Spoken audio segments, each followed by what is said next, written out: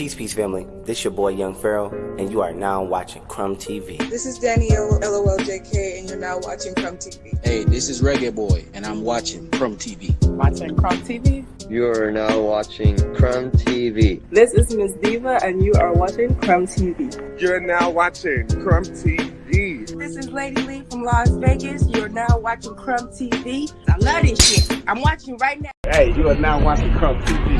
Crumb TV. Hey, we in Chicago, y'all, and y'all watching Crumb TV. It's your brother, Tim Buck 2, I say. You are now watching Crumb TV. You in Chi-Town finest, you hear me? Inglewood, always up to no good. Man, I'm telling my brother Crumb. You're watching Crumb TV. I'm your humble brother, and you are watching Crumb TV. Reporting live from the Wild Hunters, Southside Chicago. And you now watching Crumb TV. And you're watching Crumb TV. Crumb TV, baby. Hey. Crumb TV.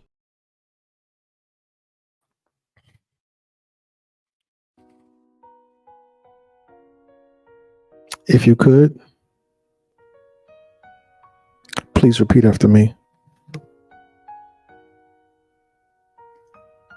Peace. Ashe.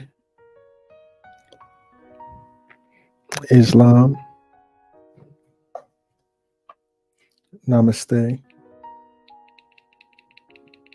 Hotep. Grand Rising. Assalamu alaikum. Walaikum salam. Bom dia. Oseo. Halito. Wagwan. What up, though? Shalom. Shalom. Respect. Jambo. Konnichiwa. Ni hao.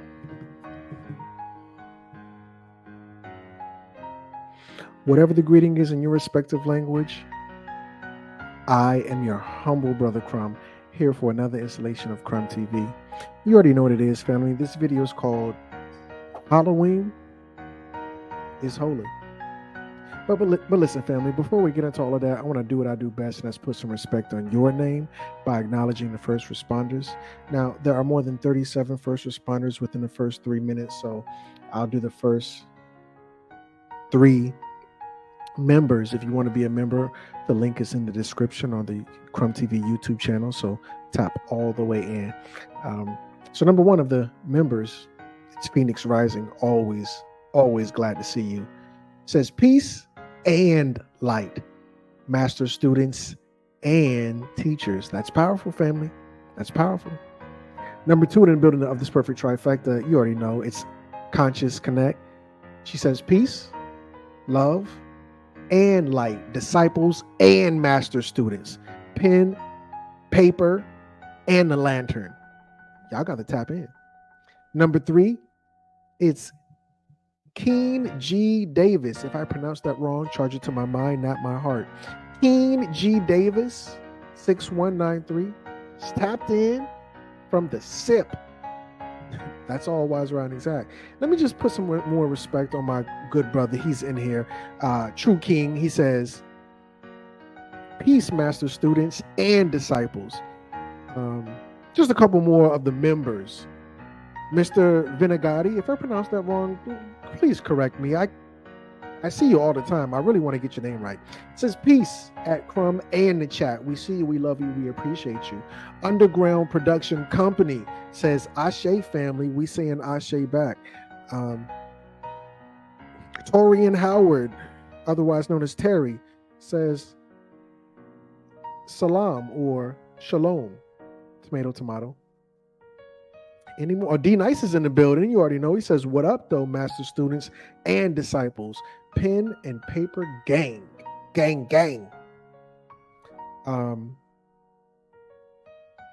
Let me just acknowledge my brother, because he is my business partner, Juicy Christ. I love that name. It's not Jesus Christ, it's Juicy Christ. Put some respect on his name.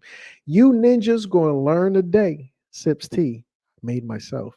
Shout out to all of the family. Do you know how much all is? Shout out to all the family. Whether I called your name out or not, I want to give you all high honors and perfect praise. Family, you already know the minister's going to be in here fashionably, not on time, but he is always on time. So while we wait for him, I say we get right into it. Halloween decoded.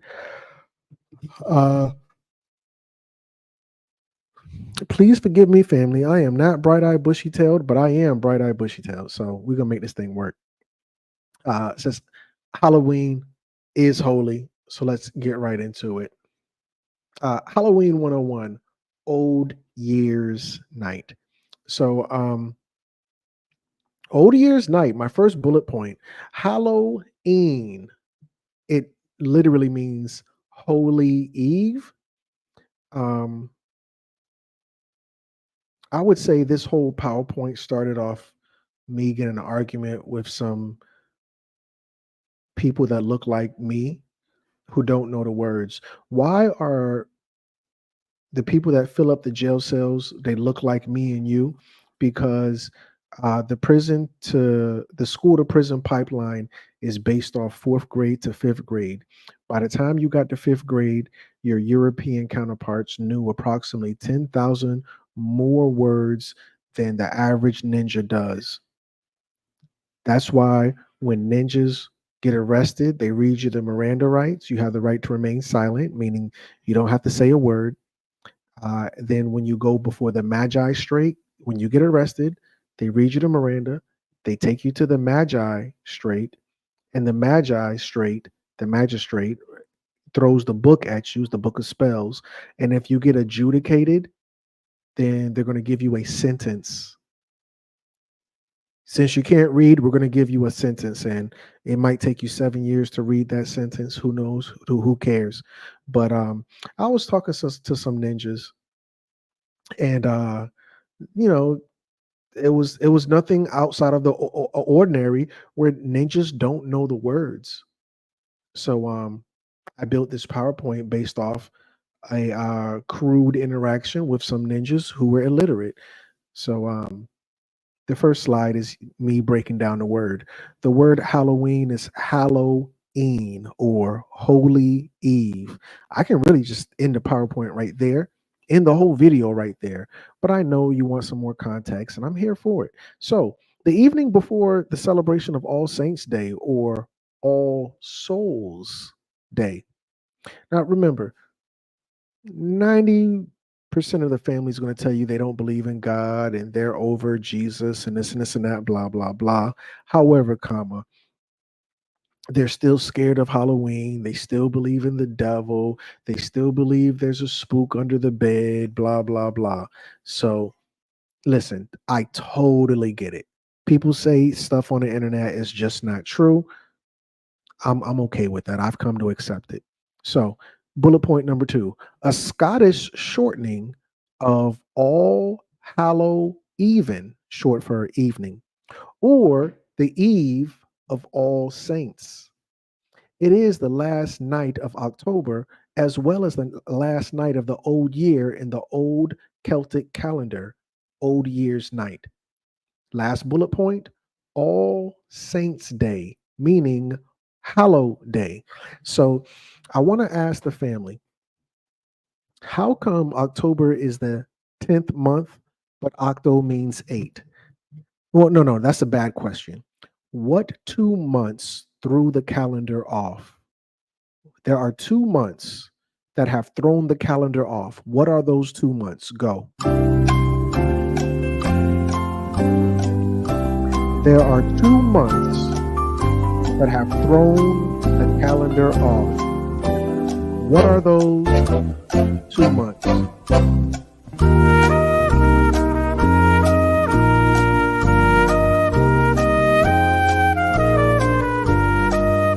There are 2 months that have thrown the calendar off. What are those 2 months? Looks like the first one to tap in was Will Justice. He says August and July, or July and August, since July comes before August, but it doesn't matter which way you put it. Those are the 2 months. That is all wise, right, and exact.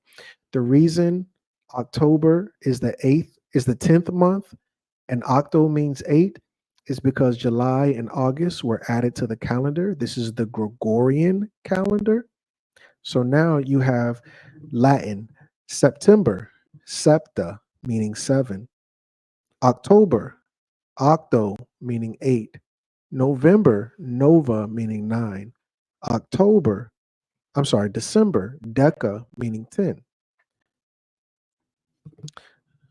Well, that's technically right, George Fuller. However, you must take into okay. You must take in consideration Julius Caesar was not alive when any of this happened. So we can't say anything about Julius because at this particular time, he's unalive. He's not alive at this time. This is all done by his adopted nephew, who's not even his blood, Augustus. Well, Octavian. His name is Octavian, and Octavian changes his name to Augustus. So Octavius says, we're going to deify my father and we're going to deify me. This is no different than God the Father and Jesus the Son.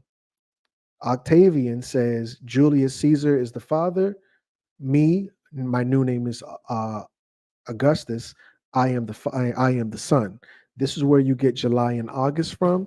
So yeah, we can say Julius, but Julius wasn't even alive by the time this whole thing goes down. So with that said, that's why they told you the last month of the year is October, not December, because July and August threw off the calendar. I digress. This girl had said to me, this is on Facebook back when I had 10,000 followers, 15,000. Probably would have had a hundred by now, but I was violating YouTube standards, Facebook standards. So I deserve to get it taken away. I was saying a lot. Anyway, yeah, this girl says, Crumb, I was raised in the Caribbean. I remember it as Old Year's Night, not Halloween. People would go by their loved one's gravesite and light candles. Well, I looked up, this is according to Caribbean.com in an article titled Feature Story. It says, Old Year's Night is renowned worldwide for bringing, obviously there's a typo, for ringing in the new year. Be part of the biggest 2-day party in the Caribbean. My point for putting those two juxtaposed together, back in the day in the Caribbean, they would go to the graveyard to celebrate Old Year's Night. They would put some respect on the ancestor's name. Now in the Caribbean, ninjas party. So I know at one point in time the Caribbean had culture. Now the Caribbean is no different than America, the United States. It's just cultureless. And I'm not going to say cultureless, but let's be 100% honest, family. You don't go to the press 000. I'm just asking a question. Had the Romans add 2 extra days when Ethiopia already had. Okay. I see somebody with a question, but it's the wrong question. Anyway, press 000 if on Christmas, on Halloween night, you do not go to the cemetery. Please, family, please don't fib. I'm gonna add 000 because my family never took me to the cemetery. It's just ninjas do not have no culture. Peace and love, minister. How are you? How you feeling, man? All is well. All is well.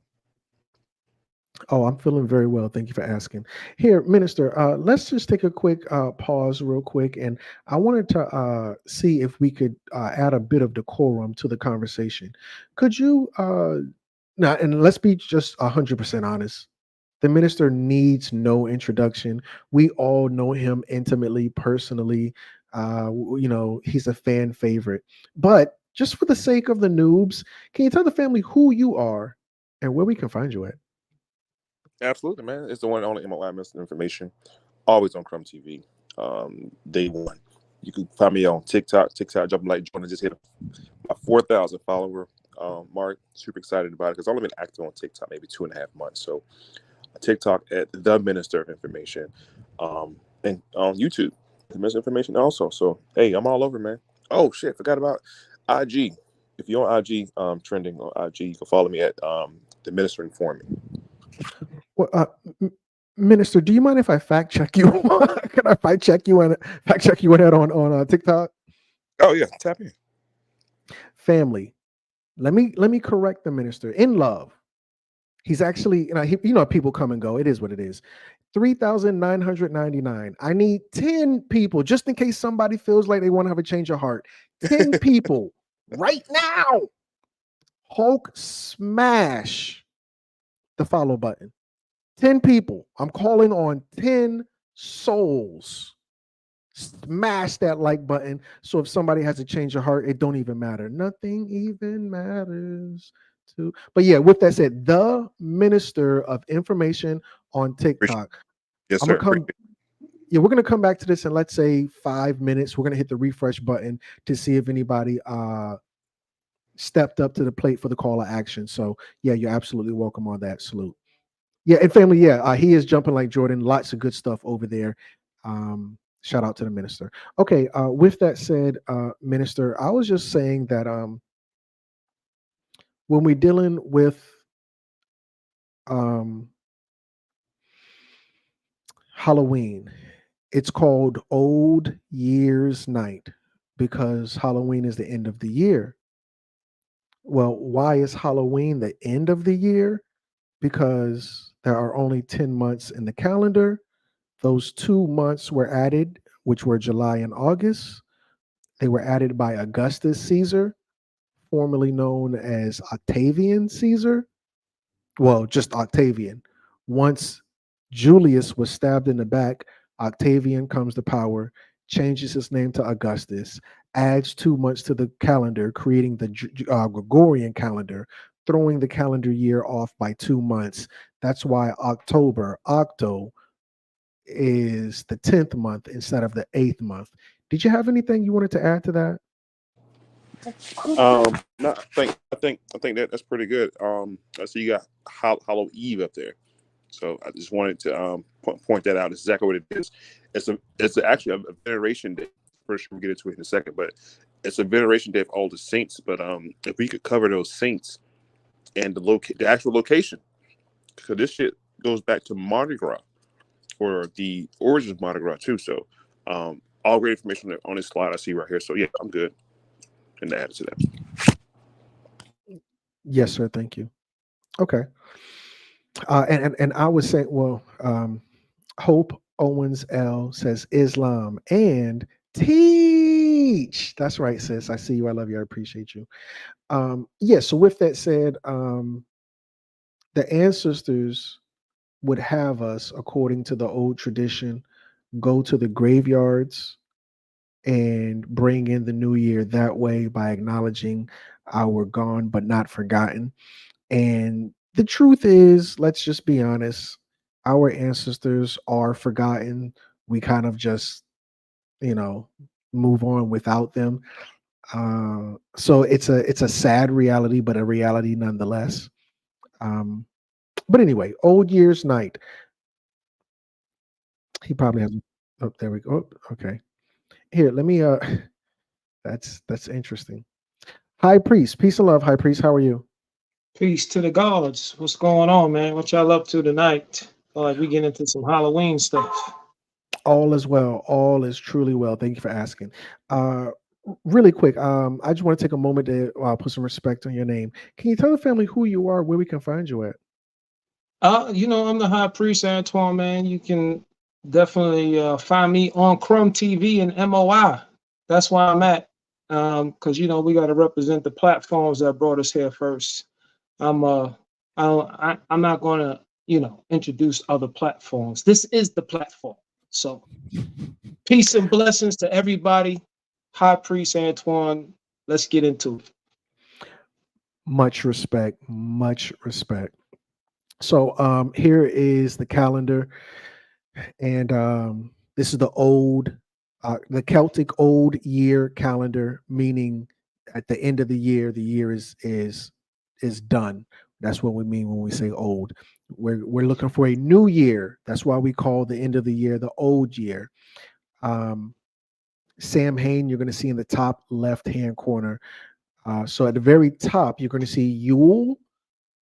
I know you guys call it October, you call it winter solstice, you call it a lot of things, but according to the old language, it was called Yule. And to the left of that, you're going to see Samhain or Hallows Eve. So I just want to kind of point that out as we're looking at the calendar to kind of adjust your eyes to the old language compared to this English language that we speak currently. I'm going to skip the Samhain thing unless you wanted to add something. High Priest, did you want to add anything in terms of Samhain or M.O.I? No, I'm good. I'm learning on this one. I'm not familiar about. I never heard of that. Okay, I'll go through it.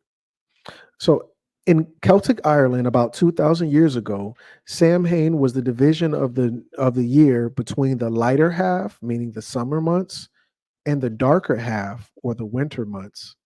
At Samhain, the division between this world and the other world was at its thinnest, allowing spirits to pass through. My little orange meme says, at Samhain, we honor our ancestors and celebrate with family. May the Samhain fire keep you warm and safe throughout the coming winter blessings. Throughout the coming winter blessings. So, as we can see here on our old calendar, Yule is at the very top, and to the direct left of Yule, it says Samhain. That's what you may call October, or what you may call Old Year, or what you may call Halloween. They call it Samhain. So, just kind of looking at the breakdown. So, you have your solstices and your equinoxes, and looking at December 21st or the 22nd, that's the winter solstice, where the days are the shortest. The shortest day of the year is going to be, let's say, December 19th. That's the shortest day of the year. The longest day of the year is going to be June 19th. And this is where we have an imbalance. More darkness during the wintertime than the summer, and in the summer, more light in the summer than the winter. However, equinox, we know the root word is equal. March 19th, you're going to have an equal amount of day as well as night. September 19th, you're going to have an equal amount of day as well as night. This is where the equinox comes from. So when we go into the Samhain year, the old year is coming to an end, you're going to have that breaking point where the darkness becomes longer and the light becomes shorter. This is the whole Samhain thing. So, Christianity incorporated the honoring of the dead into the Christian calendar with All Saints or All Hallows on November 1st, followed by All Souls on November 2nd. The wearing of costumes and masks to ward off harmful spirits survived as a Halloween custom.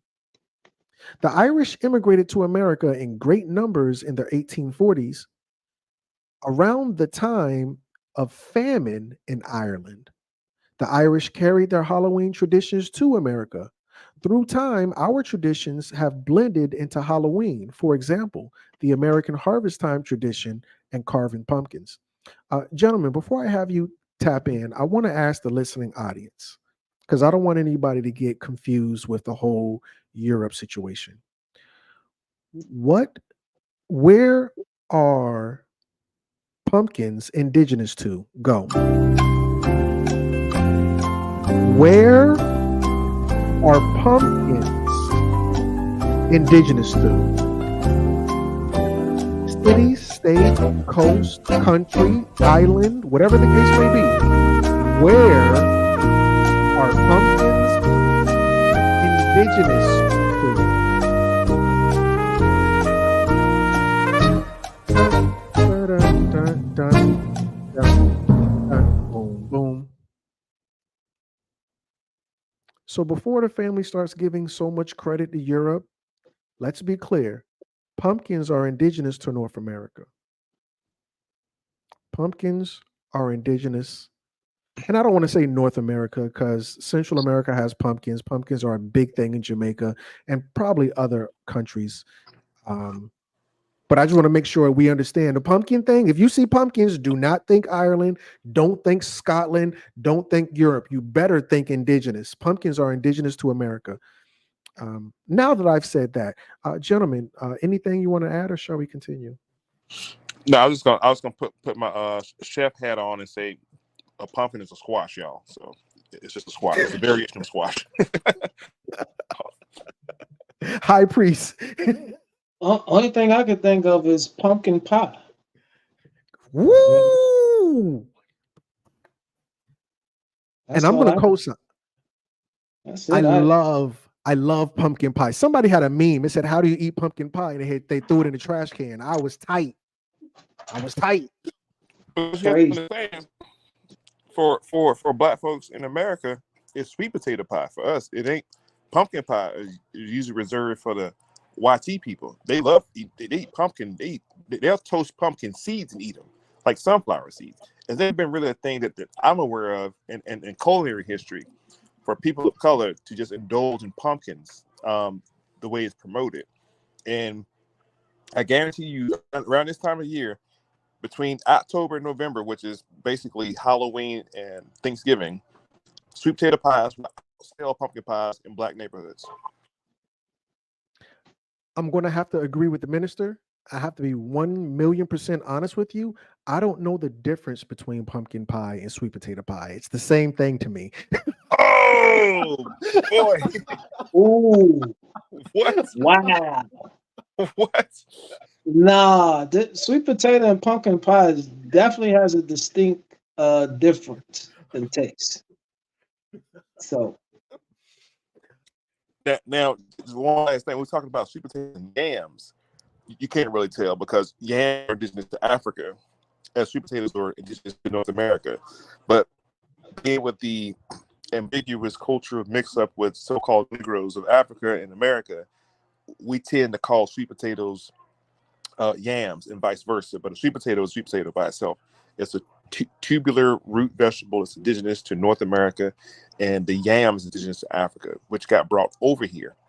Not on the slave ship, because I doubt they had yams coming over here with slaves, but at some point, food got transported over here from Africa called yams, along with okra from Africa also. So, and I'm pretty sure we're going to go into New Orleans in a second. Now back up in a second. Yes. So I don't know what year it was. I can't remember. But one year, Black people had got together and we were ready to boycott Walmart. I forgot what somebody in your listening audience can tell me. I can't remember. But one year there was, I don't know, somebody got unalived that year or something, and Black people were just fed up. And we were really about to boycott Walmart. It was big that year.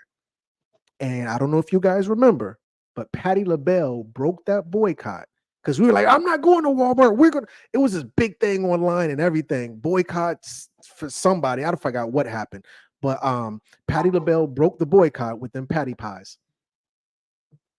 I remember that. Yes. Them patty pies was that I forgot what year it was, but somebody got unalived by the cops, and we were going to really shut down, the third quarter, the fourth quarter of this year where they make all their money. It was 2015. I don't know. Y'all can Google who somebody got shot in 2015, and we were just over it at that point. And we were like, we're not gonna buy nothing this year for Halloween or Thanksgiving. I'm sorry, for Halloween and Christmas. And then Patty came with them pies, and listen, we just kind of threw it all to the wayside. Listen, we're gonna get some patty pies, see how them joints taste. Mm-hmm. I wouldn't got a patty pie. I ain't gonna lie to nobody. Damn. But yeah. I had patty pie maybe one time, man. I don't know if they changed the ingredients from the time it first came out compared to later. It just didn't taste right. But shout out to Patty for getting that money, right? That's right. Yeah, it was like 117 ingredients after the initial whatever. It was just some ridiculous amount of whatever in there. But the first ones was legit. But you know how things that first wave is. But anyway, yeah. So back to the show. Real quick before you jump back in, I just wanted to add that when I look up, and if you can fact check me on this. When you put Halloween in Gematria, it comes out to be Kamala Devi Harris. Oh no! Wait a minute! Let that one more time. One more time. Wait, you breaking up? Say it again. Say it one more time. When I put Halloween in the Gematria calculator, it comes up Kamala Devi Harris. Make that connection. Well, can we add some context? Because I thought when you put something into the Gematria calculator, it should give you a number instead of a name. So all numbers have an insight. An insight is connected to words. So when somebody says something to you that actually having you, like you said, words are spells. So they put a spell on you by saying a certain word that makes you act in a such way. So Gematria deals with being able to know different phrases that add up to the same energy as Halloween. So Kamala Devi Harris adds up to Halloween. That you said D? Could you spell that the D word? Is it D-I-V-A? It's Diva, Devi, Devi or Diva. Okay, now here's what I know. Devi is the Latin origin. Sorry, comes from sky deity, and divas require a certain amount of sacrifice for worship. But the word diva alludes to what we refer to as a sky deity or deity. So that is crazy. Yeah, it's the first thing that pops up for Halloween on the Gematria calculator. I did just fact check you, and that is all Wise Ryan exact. Wow. Okay. So she is a witch. So, yeah. So and then there's other phrases too. We can go all day on that. But just to give you one last one. Another word that adds up to Halloween is the satanic sex ritual. But that's in the Jewish. Is that in the Jewish? That's crazy. Satanic in the Jewish Gematria. Yes. Okay.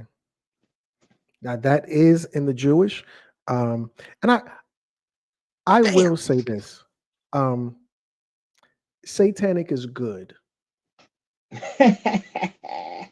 Would anybody like me to add context to that? Satanic is good. Anybody want me to add context? Well, I'm gonna call you on it. When you said that, my mind immediately went to the movie with Eddie Murphy, Vampire in Brooklyn, when he was like, "Evil is good, ass is good."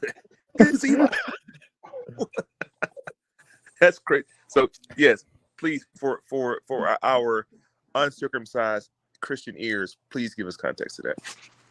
So I want to ask the brothers and the sisters too. It doesn't matter. Anybody. What does Satan mean?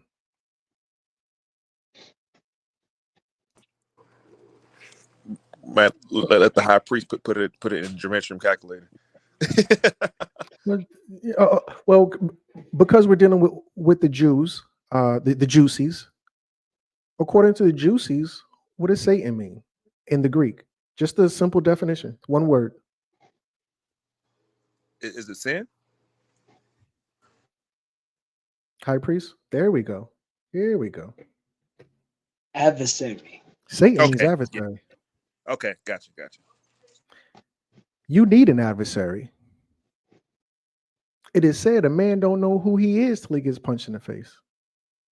Also, it is said that until we test you, your word means nothing. Oh, I can fight. I ain't never seen him fight. I'm smart. He ain't never took no test. You need it. You don't. A man doesn't reach his zenith until he comes before a worthy adversary. Stan Lee said, "How do you create a superhero? You give him a worthy adversary. Until you have a worthy adversary, we don't know who you are. How can you be a superhero until the adversary challenges you? You need an adversary to prove your worth. This is trial by fire, not by gossip, not by water cooler, not by rumor, not by belief. Until the adversary tests. See, this is the thing. Let me make Satan more palatable on this spooky month. Let's say we got a bridge and you want to drive your babies across this bridge.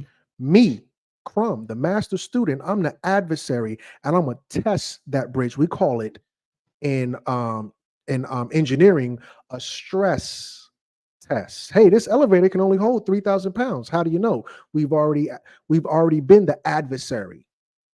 We've already put it through a stress test, and we know it's good for 3,000 pounds. This bridge can hold up to 10,000 cars per day because we put it through a stress test. Now, if you fail the adversary, don't bring your babies across this bridge. But if you can defeat the adversary, then you have been deemed worthy that my children can cross this bridge. Now, I want to ask you, gentlemen, do you want the adversary to stress test the quality and the integrity of this thing for the sake of your children, or do you want to put your faith in God? Strength test, please. Amen.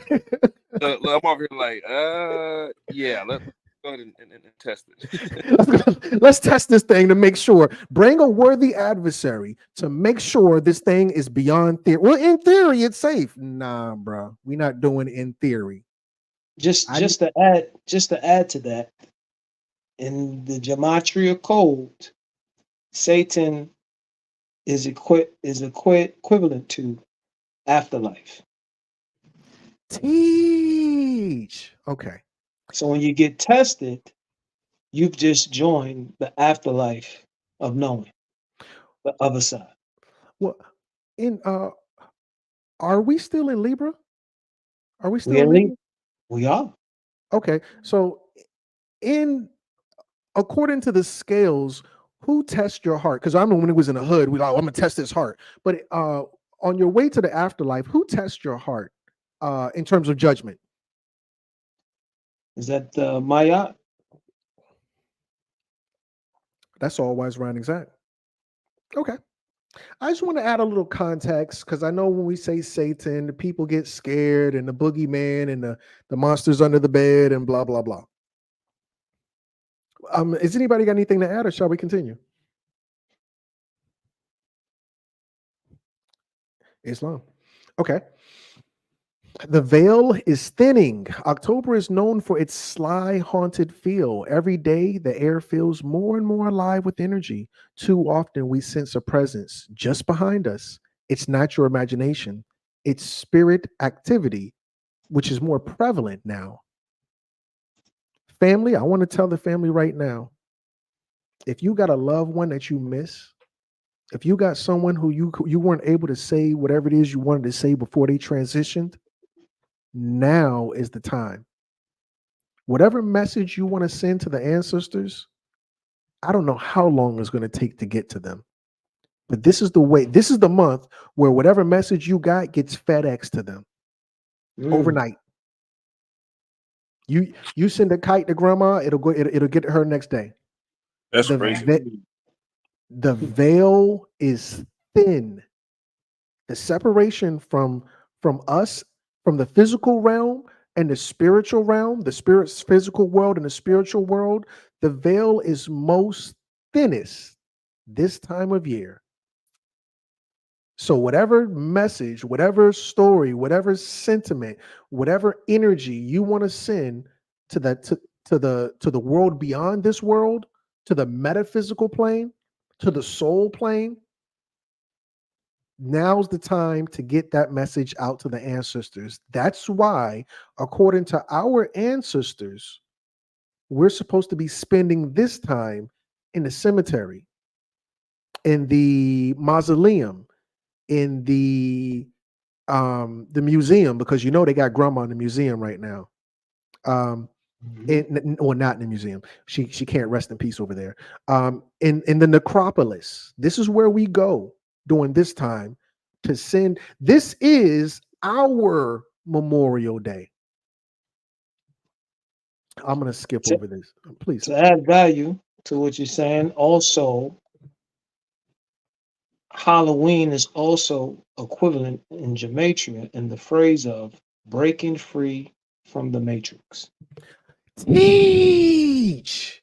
Listen. We had to have you on every live to break down the gematria, because that's crazy. And another thing, back to what Crumb saying right quick. Do you think that's why they show us, they almost villainize Halloween, make graveyards spooky, so we don't go there? Turn. You know what I'm saying? Like, Absolutely. I mean, you gotta keep in mind, man. They make everything. That's why somebody, I forgot who said it, but whatever they tell you not to mess with, go mess with it. Teach. Whatever they say is the demon or the devil, go see about it. Come on. It's all hidden information. They have to spook you out from it so that you don't go and learn about it. Fear is a powerful drug. Very well said. I wanted to take a little bit of time, which I'm not going to do it during this live, to talk about how we are the not only the Egyptians, not only the Scottish, but also the Irish. But I'm not going to do that. I'm going to skip past that part because it's a super long PowerPoint. What is a holiday? Let's go with that one. Dr. Malachi C. York said, if you learn a language, they can't fool you anymore. So I want to go into that. Is that okay, Minister? oh yeah, please. I'm about to preach right now. I'm listening. But definitely, let's get into it. Neil deGrasse. Because at the beginning of this PowerPoint, gentlemen, I was expressing my concern with the lowliest of our people. The reason when we first go to jail, they read us to the Miranda saying that, hey, you don't have to say the words.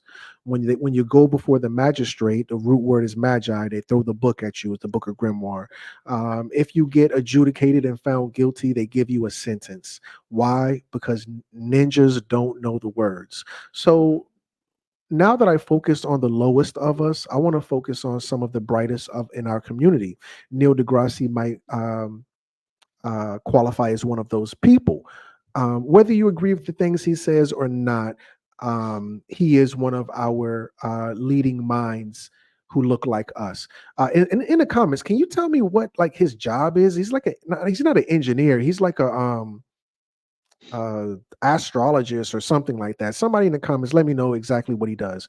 But this is what he tweeted. Obviously, this is before it turned to X, but this is what he tweeted. He said, holiday derives from holy day. So it's etymologically underinformed to assert that happy holidays does not reverence God. And I found this to be very, very interesting. Because okay, somebody said, well, not somebody, let me put some respect on his name. Chief Thunderstone, powerful name, says he's an astrophysicist. So astro concerning the stars. He's dealing with the stars, quantum this, quantum that, and the family's tapping in. Neil deGrasse is an astrophysicist, author, science communicator, astrophysicist. Okay, so it's confirmed. He's an astrophysicist. Awesome. Let me add to that. Please. Me and him share the same birthday. Wow. October 5th. Facts. You can fact check that. Whoa. Hold on. Back up. High priest, when is your birthday? October 5th. Saturday. Saturday. Crazy. So if y'all want to wish him happy birthday, just know who told you first. Right? Family, you can't make this stuff up. You just can't. Okay, Ashe. Family, can we take a moment just to send some well wishes to the high priest? Happy born day, happy earth day, happy birthday, happy solar return. Put some respect on his name, please, and thank you. Appreciate it. So the thing about Neil deGrasse being one of the brightest minds in our community, he points out etymology. Remember, definitions change, origins don't. So when we're dealing with holiday, the original word is holy day. Remember back in school, they told you the vowels A, E, I, O, U, and sometimes Y? Holiday is HOLI, but you can replace that I with a Y. A holiday is a holy day. Oh, we're not going to say happy holiday. Well, I'm sorry, we're not going to say Merry Christmas. We're going to say happy holiday. It still denotes God, but let's continue on.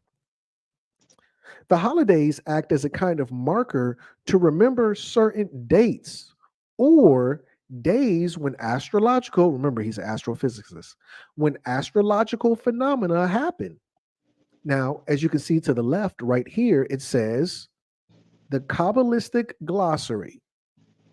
Holiday, according to the Kabbalah. Well, Crumb, what does the Kabbalah say? Glad you asked. Answer. Windows in time through which we can download specific energies to assist us achieving in our potential. These cosmically designated occurrences, which could be a birthday, which belong not to one religion, but to all of humankind, are power sources that we can access through continued study and understanding. So I want to make this point. Well, I'll keep going. We'll make the point in just a second. This is according to EnglishBaby.com. This isn't tinfoilhat.com. This isn't we believe in astrophysicists or anything. This is just a regular website. It reads, people who believe in astrology think the stars affect your life.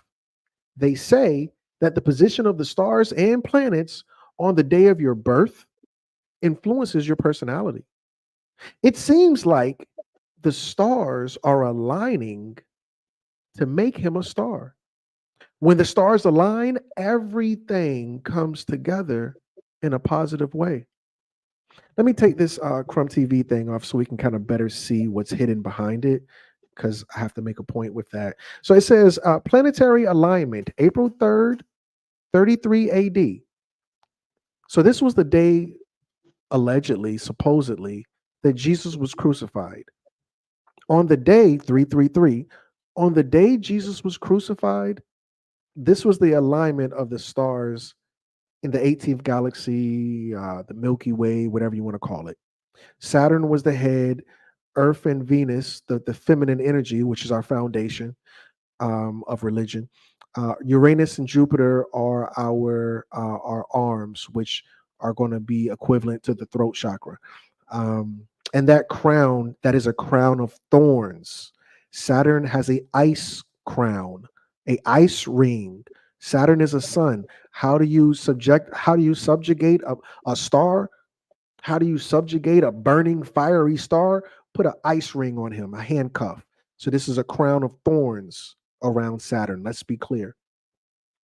So the planetary alignment on April 3rd, 30th, because I think correct me, gentlemen, if I'm wrong, but we celebrate the 3 days, the resurrection, blah, blah, blah. We celebrate all of that in April, right? Is that a true statement, Minister?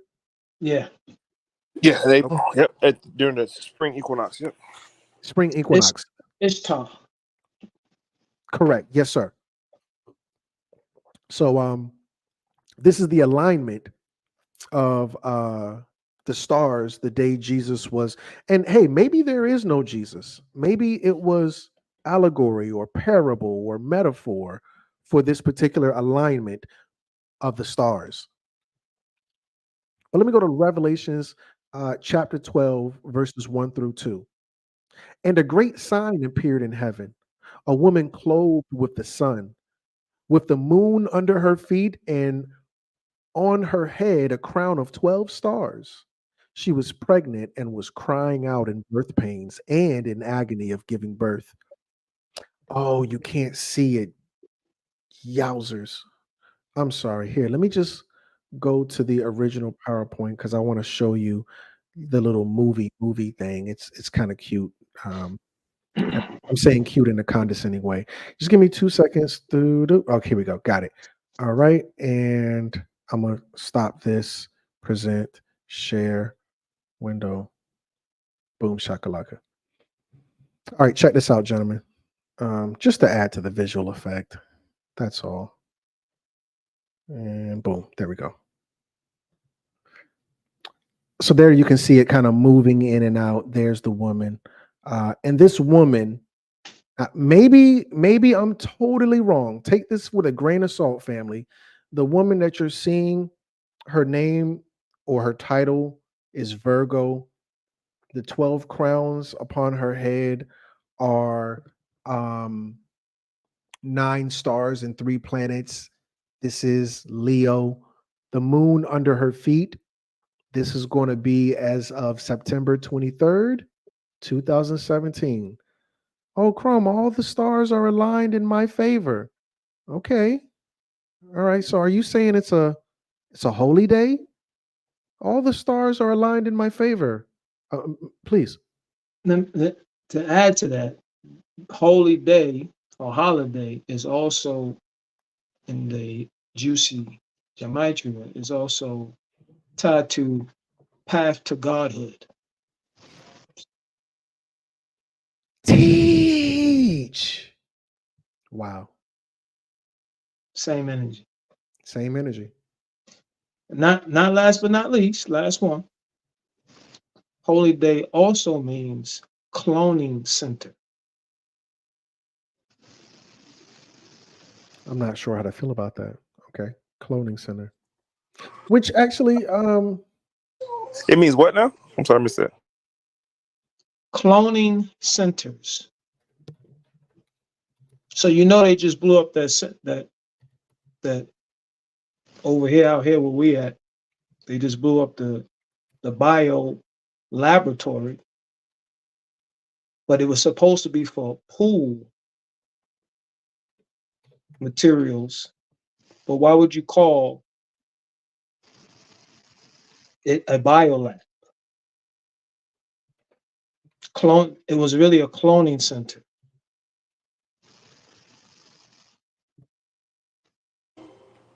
Damn. Yeah, you blew my mind with that one now. But it makes sense in some sense. But damn, yeah. Stump me on that one. That's crazy.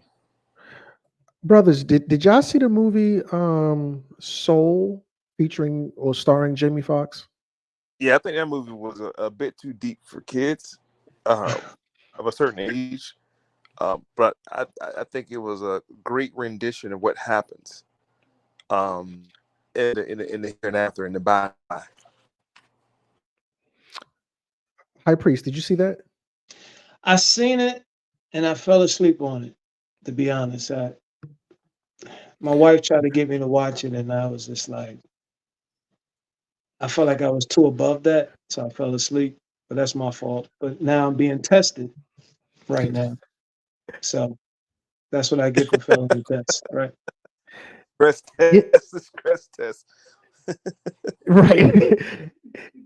In the movie Soul, starring Jamie Foxx, there is a cloning center of sorts in the spirit realm, in the ethereal realm, is what they called it in the movie, where the souls would get their personality.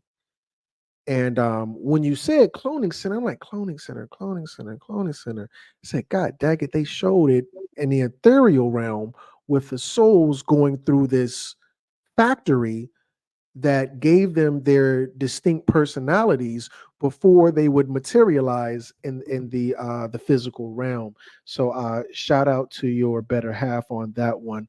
Um, Bruce Lee says great movie even for adults. It was a very deep movie and disturbing once we found out what happened to Jamie Foxx. Rest in power, Jamie Foxx. We still love you. But yeah, let's continue on.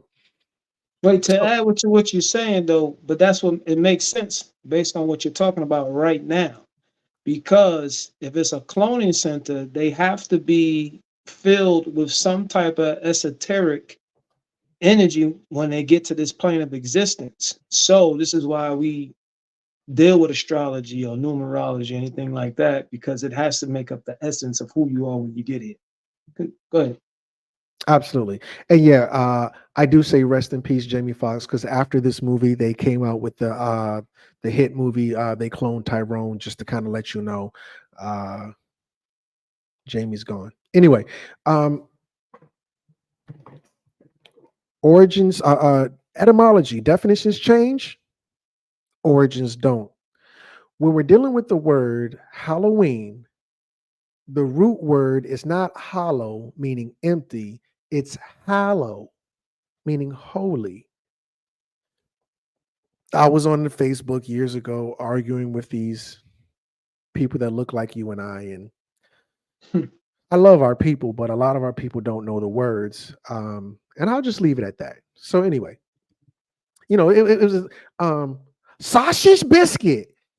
There is no H in sausage. It's sausage, not sausage. Refrigerator. Look, salmon. No, it's salmon. The L is silent. Woo! I'm gonna have to fight you on that when I still be saying salmon, but hey, listen, I'm still getting off the plantation. I do too. Salmon. Salmon. So yeah, let me get off my high horse because I still be doing it myself. Halo or hallow, religious iconography. On in the yellow, it says Middle English Halloween with one L, so you can see where it says halo at. This is according to freedictionary.com. At the very bottom, you see that one L, HALOWEN, and in brackets is going to say saints. When we're dealing with the Halloween, we're dealing with the saints. And when I say saints, I'm not talking about Saint Peter, Saint George, Saint whoever. I'm talking about your grandmama. Okay, put some respect on grandmama name. Did anybody want to add anything, or shall I continue? No, is this going to lead into the celebration they do in Mexico? Or are we going to hit the direction? Okay, got it. Yeah, continue, please. Chambers Etymological Dictionary of English Language. This is where I'm pulling from. You got to put your sources in there. Hallow, HALLOW, make holy, to set apart from religious, for religious use, to reverence. Just like a holy, HALE, heal, whole, WHOLE, not empty. Oh, crumb, hollow meaning empty. No, hollow meaning whole. Hallows or All Saints Day, Halloween, the evening before Hallow Mass. Halloween is no different than Christmas Eve. The day before Christmas, the day before Hallow Mass, just like the day before Christmas, Christmas. Word origins, hallow. Hallow definitions: to set apart as holy or sacred, sanctify, consecrate, to honor, greatly, revere. Synonyms: venerate, bless. Antonyms: desecrate, defile, profane, family. I don't know why y'all scared of Halloween. But let's be honest. The reason the family thinks Halloween is evil is because ninjas don't know words. Crumb, go get me some juice from out the refrigerator.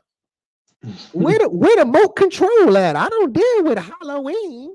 I get it. I totally get it. But anyway, so let me go back to the Bible, because a lot of us grew up in church as well as I did. This is where Halloween comes from. Hallowed be your name. Study the Lord's Prayer according to the Holy Gospel of Luke, chapter 11, verses 2 through 4. When the church has it, say amen. I'm just joking. But High Priest, do you remember the Lord's Prayer? Hallowed be thy name. Hallowed be thy name. Who shall I fear? As I walk through the shadow of the valley of death, who shall I fear? Yeah, we remember that. Minister, did you want to chime in? No, I'm saying building on everything. And I remember we did something like this a little while ago. A few years back, we was dealing with the whole hollow ideology. Where does Halo, or does Halo fit into this? From your understanding, the term Halo? Yeah, absolutely. Damn, I got something pulled up for that, but go ahead. Let me know when you're ready. No, please, I'll pull the trigger. It says, wait, I just lost it. Oh, it says, well, in the Gematria, the juicy interpretation, hollow, the HALLOW, is equivalent to Trump for president. Man, come on, man. Come on. We gotta share his screen. Come on, bro. Come on. Now, I'm very familiar with the gematria and the abject, and what you're doing right now is blowing everybody's mind, because you bring up the whole Kamala situation, you bring up the whole sacrificial thing, whatever the case is. Now you saying, according to the juicies, hollow means Trump for president. Trump for president. You can fact check me. Yeah, let's get some receipts. Get some receipts on that. Yeah, you not that I don't. It's not that I don't believe you. I just want to see it. I just want to see it. I don't know. Wait, I can't do it on this one. I was going to share my screen, but I'm on my desktop. But yeah. Also another one. That's crazy. In the Gematria juicy interpretation, it says Satan locked the Most High up. Amen. According to the hollow. So whenever you say hollow, just know that these are the things that are being projected. If you know, because everything has to be done with intentions. So now that you know, so when you say the word hollow, you can also interpret it. So this is how spells are being commenced. And we can just commence by saying, hello, Trump for president. And now you just put it out there during this holiday, which is the path of godhood. Wow. And so, I mean, it's once you get into it, it's like you become magical, people. And matter of fact, I'm sorry, let me take it back to the last one. You said holiday also says black magic matters as well. Wow. Well, now that you say that, I'm kind of thinking out loud, obviously. But have you heard the term hallowed ground? I have. Minister, are you familiar with that? I've seen holy ground. Hallowed Ground. I've heard of Hallowed Ground, but I've also heard of Holy Ground also. So yeah, I've heard of both. Well, respectfully, it is the same thing. Absolutely. So you're on point either way. So when you're dealing with hallowed ground is the ground where we bury the deceased. Hallowed ground is the ground where we bury our deceased. And excuse me. Why do I bring this up? Did you know that Trump buried his wife behind the house? Come on, man. I've heard. Trump's house What is the? hallowed. Trump's house is hallowed ground. Donald Trump's house. This is a allodial. If you bury your loved ones on your property, it becomes it's instantaneous. It's instantly allodial. It can't be taxed. It can never be taken away. It becomes hallowed ground. He buried Ivana on July 14th, 2022. It was just 2 years ago. She's still fresh. And now his property is hallowed ground. Just something to think about. I've heard of that. Yeah, it's kind of spooky. That's creepy and spooky. Oh, I'm being funny because that's the notion they put around graveyard, cemetery, and death, and all that kind of stuff. So, but I did not. I know that all about. M.O.I. She's still fresh though. It's okay. What he's still fresh. He's picking on me. That was different right there. She's still fresh. Right. Look, right. Well, okay, I'm not gonna go there. Yeah, so yeah, hallowed ground is the ground where they bury the dead. Moving forward.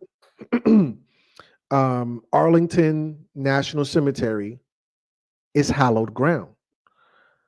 Oftentimes, when you're dealing with churches, I'm not going to say most churches because a lot of these churches are inside of a strip mall.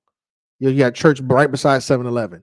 But when I was growing up, the standalone church had a cemetery behind it.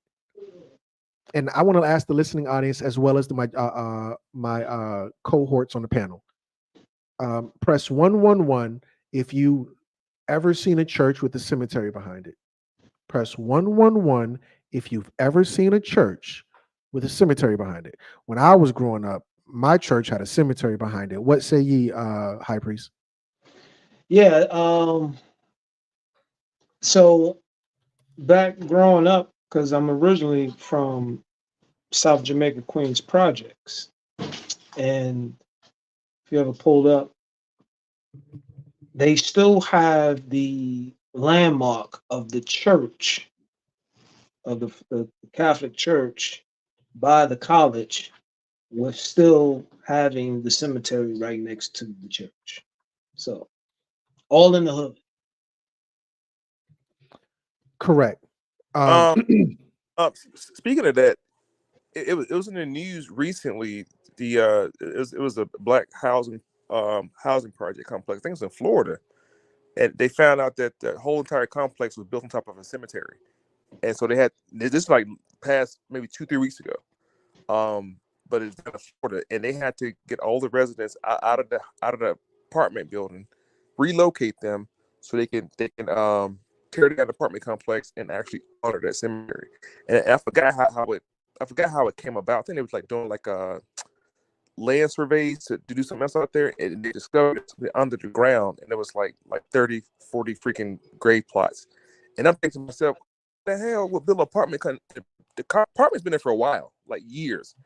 And I'm thinking, I'm now wondering, did the residents ever have any encounters or strange occurrences going on while they were living there? I mean, I didn't hear any stories about that, but it was like 3-4 weeks, about a month ago, I think now, down in Florida, where an entire black neighborhood complex was on top of a cemetery, which then brings to mind, yeah, Okay, some different. Yeah, but that which then brings to mind the recent movie that Lee Daniels just did with the young lady. I forgot what this was. What her house be on top of a I think an old cemetery plot as well. So just something for you guys to take a look at. I remember when I first went to New York with the minister. I've been in New York before and after, but I didn't notice until we were on the highway one day and we were driving. He had this thing he was going to, and I think we were driving between Queens and Brooklyn. And as we were driving, I saw the biggest cemetery I had ever seen in my whole life. High Priest, would you like to speak on that? Yeah, there's man, they're right off the highways. I noticed that too. It's right off the highway. There, a lot of them are right off the highways. And now that you pull that up, even when you take the train that overseas, not in the tunnel trains, but the trains that are over the where you can see outside, Yeah. you also able to see cemetery as well. And I didn't even know that there were more people buried in New York than there is people. That's different. I didn't know that. Good information. Yeah. It's Let me ask you a question, Crump. So now looking at this picture, we see a lot of obelisk out there. Are you familiar with why they would want obelisk, an Egyptian monument on top of their grave sites? Are you familiar with why that point is? Well, that a lot of them back in those days, they all were a part of the secret societies. So, and then when you check the dates, because I've been in those cemeteries back when I used to dabble in the Santa Maria stuff, we would, go do some rituals. And I looked at those dates. A lot of that stuff dates back to the 1800s. So a lot of secret societies back then, a lot of gangs and things of that nature. So it's maybe you can tell me more, but yes. So the obelisk you see on top of the grave sites, one would have to so their spirit is able to ascend out of the tomb to the wherever they're going to go. The obelisk help with that journey. Now remember, the top of the obelisk is that capstone is called a bin, which is the son of a sun, which also represents the phallic symbol of Osiris, which the light, the spirit, life comes out of the tip of his penis, but represented as the obelisk, or it was called a tekken in this situation. So, but I would always see those symbols on top of palm-colored people's graves, and I never understood why don't we do that? Like, that's supposed to be our symbol, our as a Black people of African descent. That's our symbol. Why do they have it on their grave sites the most when they have no affiliation with that object? And I looked into it, and they really wanted their souls to come out of the grave and ascend through the obelisk to the heavens. And that's why a lot of those obelisks inside of grave sites, old war memorial grave sites, because that's what they do. Yeah, that's all wise writing, Zach. As it is above, it is below. Just like your daddy was hard as a rock and he bust, and that's how you got here. That's how your soul came here. I mean, of course, I'm being funny when I say these things, but maybe I could be more poetic. Forgive me. But the soul is going to ascend the same way. That thing is hard as a rock. That obelisk. At the top of the obelisk is a bin where light shoots out. And just like your daddy, and that's how you got here. That obelisk is going to do the same thing to send you out of here. But yeah, absolutely, Minister. Harder than Flintstone newspaper. I'm done. No baby oil. Cut it out. Stop it. Oh my God, I can't do this. Okay, hallowed ground, so be it. Ancestor veneration. Let's move on, if that's okay, gentlemen. Did anybody see? And I know I'm killing you. Well, I know I'm stress testing you, High Priest, with these kiddie movies. This movie, I want to ask the listening audience, real quick, please, gentlemen, don't give the answer if you know. What is the name of this movie? Go.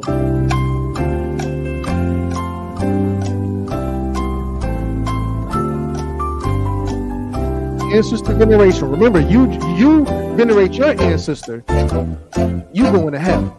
They venerate their ancestor. It's a Disney classic. They venerate their ancestors. It's a Disney classic. You venerate your ancestors. It's spookism.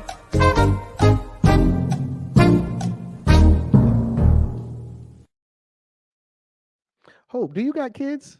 The only reason I know because I got kids. I got all types of kids. Yeah. The only reason I know this movie, the other movie, is because it's a classic. But it's a message in the movie, though. Like, a great message in the movie. If you know, it's a lot. I think this right here was beautifully done, and it goes right along with the festival celebration of Hallowed Eve. You know what I'm saying? So I think it was a great movie. Very great movie. High Priest, did I you? noticed that Disney, because I let my children watch some of the stuff, but I noticed that Disney has really been doing a lot of kid movies that are dealing with the ancestors. We were my kids, I was letting them watch something in the living room, and me and my wife, we were just doing our thing, and then we heard one of the cartoons says, "Yeah, we must honor the ancestors." And we was like, "What did they just say? Did they say the ancestors? What's this y'all watching?" We couldn't believe it. I just put on a random movie for them for Disney, and boom. I'm like, damn. And this was Asians. This was an Asian descent Disney movie. I forget the name of it, but Carrie. So yes, the American holiday Memorial Day is in tune with the Latin American holiday, the Day of the Dead, and it is no different. This is identical. This is in step, in sync. Shout out to Justin Timberlake. This is in sync with Halloween. It's Crumb, I'm not going to that graveyard and celebrating nothing. But you love the movie Coco. I love the movie Coco. My babies love the movie Coco. It took away the spookism and it made it about family. It took away spookism and it made it about family. When we dealing with Halloween, we dealing with family, ancestor veneration. You scared of your ancestors. Your ancestors are the monsters under the bed, the boogeyman in the closet. But they ancestors, and you remember every single Disney song. I'm sorry, every single Disney movie has a classic song.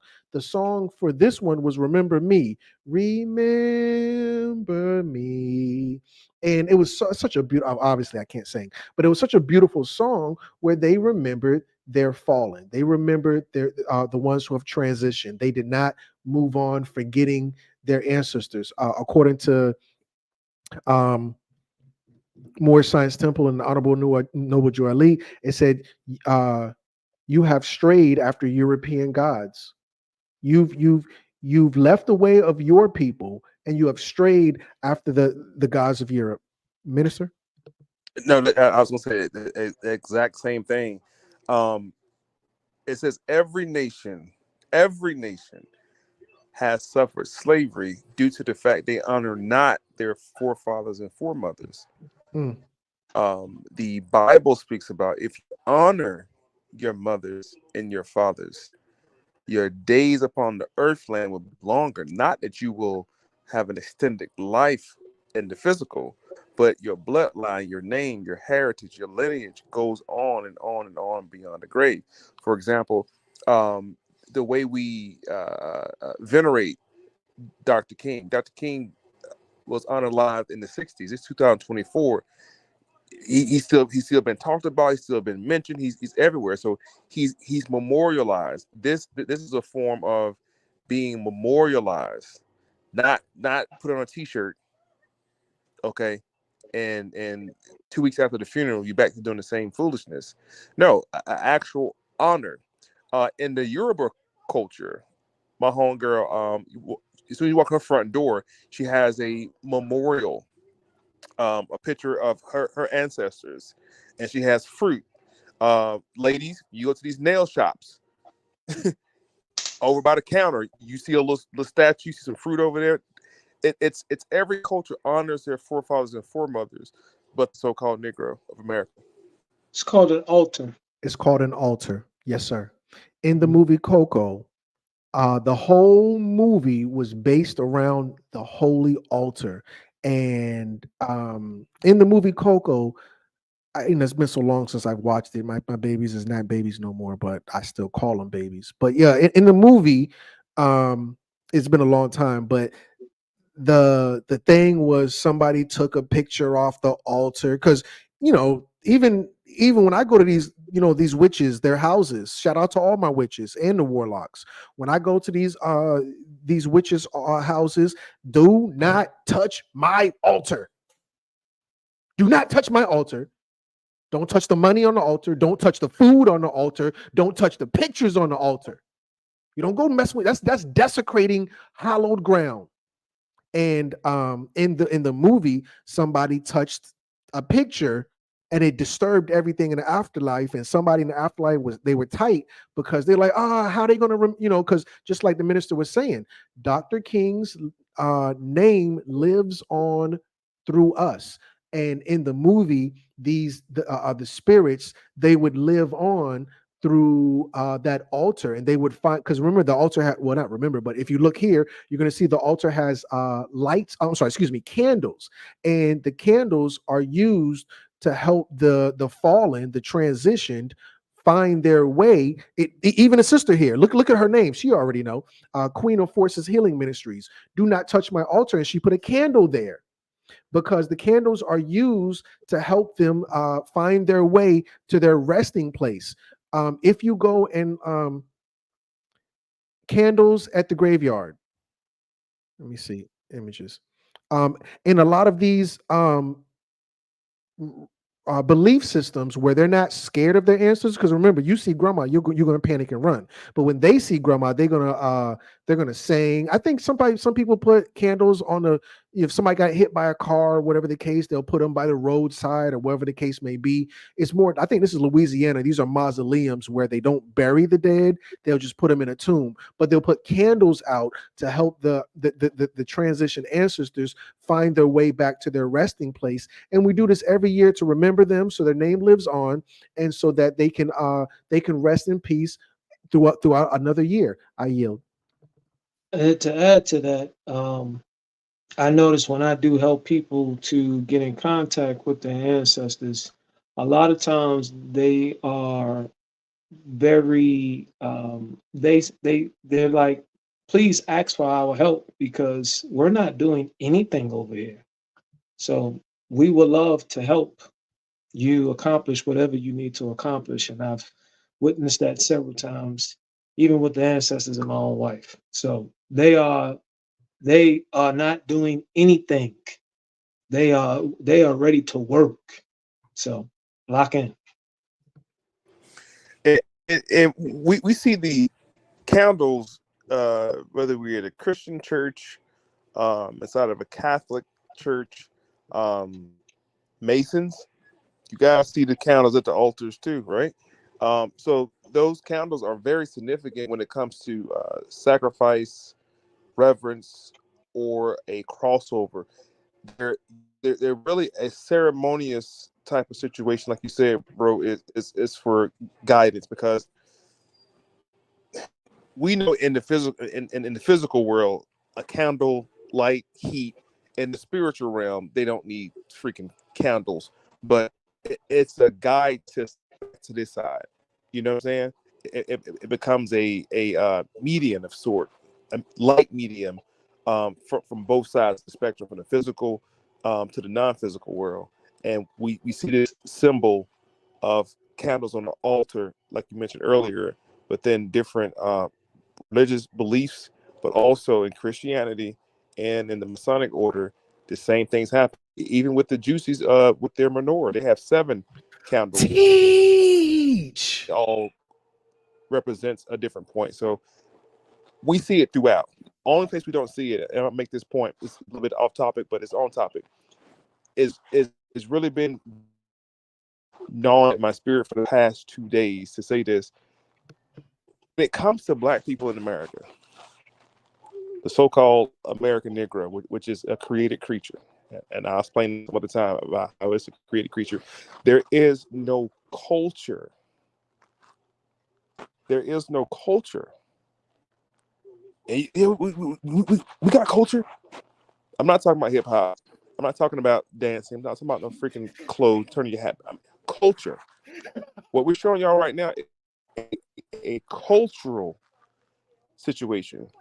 Our brothers and sisters on the islands, whether it's dealing with the Voodoo, or our brothers and sisters in Africa dealing with what they call hoodoo, or Yoruba, or Batila, Ongo, Shongo. That's part of their cultural identity. When it comes to the so-called American Negro, there is no cultural identity. Therefore, when we start showing things that we're showing right now, it's going to come across as weird and spooky and unorthodox, because there is no set regiment for the American Negro when it comes to culture. That's why if you strip away every ideal that we have as far as ancient Egypt and Native American, all that other kind of stuff, and just ask the American Negro, what are y'all? Who are y'all culturally? What traditions do y'all practice? They don't have any. They practice everybody else's tradition. They're celebrating Christmas and then 4th of July and then New Year's, and they don't have any. I say they, as I'm apart from that, because I'm understanding like the American Negro or the Black people in America don't have any distinctive cultural traits. That's why we assimilate ourselves with the Yoruba culture, or with the so-called Indian culture, or whatever culture around the world. We simulate with that. But if you take those things away and ask the American Negro, without naming anything outside of America, what is your cultural identity when it comes to burying your dead and venerating your dead? It'd be a silent room. We don't have none. There isn't none. I'm not talking about Islam. I'm not talking about Christianity. I'm not talking about being Hebrew Israelite. No, take all that stuff away. Who are y'all, and what do y'all do? Y'all dead? Nothing. We don't have nothing. There is nothing. There isn't anything at all. There isn't that. There isn't nothing. That's why everything you put in front of a Negro, it spooks them out, or it scares them, or they don't know about it because it's unfamiliar. And I'm gonna come back in a couple of weeks and do something called the American Negro, the created creature, because there is no cultural veneration for so-called Black people in America. And I'll stand on that. And I just want to say it because when you were showing those candles in the grave, I'm like, you know what? What do we do with our dead besides get a T-shirt made? Mm. Don't do nothing. We get a T-shirt made, throw up a GoFundMe. And this is no slight at anybody that lost anybody, because it's tragic. And my condolences. But like, what do we do besides everybody go to grandma's house after the funeral, or auntie house after the funeral, eat some fried chicken and some stuffing, and we drink and we smoke blunts, and we share stories about the person's life. But a week later, we're moving on. The T-shirt and the dirty clothes hamper, and we just move on. Like, there is no veneration. There is no type of memorializing our people, because the American Negro does not have any culture to do that. Beautiful. High priest. Well, so for what I remember, it started making sense that the candles or the lights that are put down for them is also symbolic to the light bearer, and having that connection to we come from the light. And this is why when we look back into the Bible of condemning Lucifer and everything else, we don't understand that that's they're condemning us, because we are the light bearers.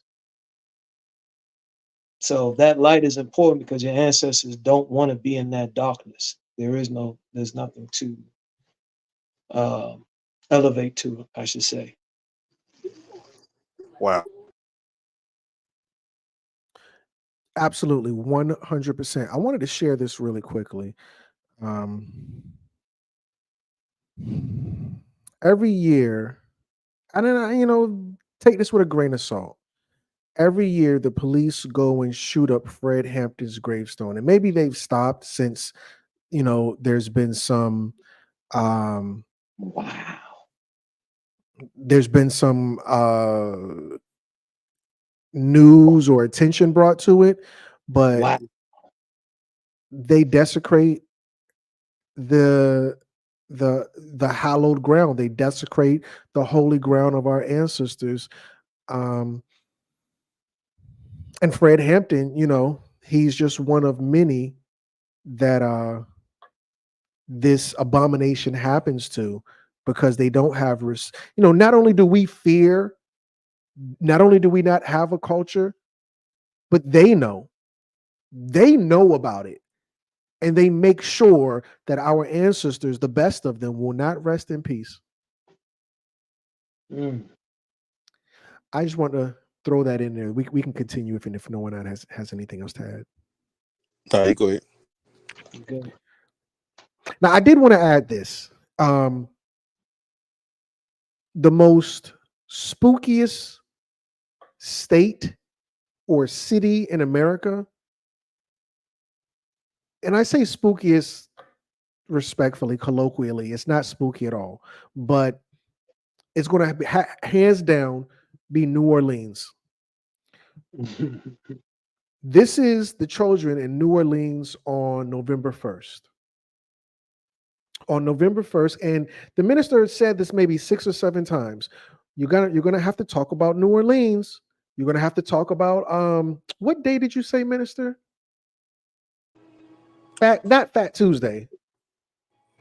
Yeah, that's done in Fat Tuesday is done in February, right before Mardi Gras is celebrated. Mardi Gras, that's it.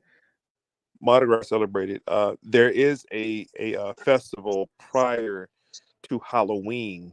It's celebrated too, and I want to point out we're going down to New Orleans dealing with their festivals. Those festivals originated in Alabama and Mobile, Alabama, to be exact, and it migrated over to what's called the French Quarters now.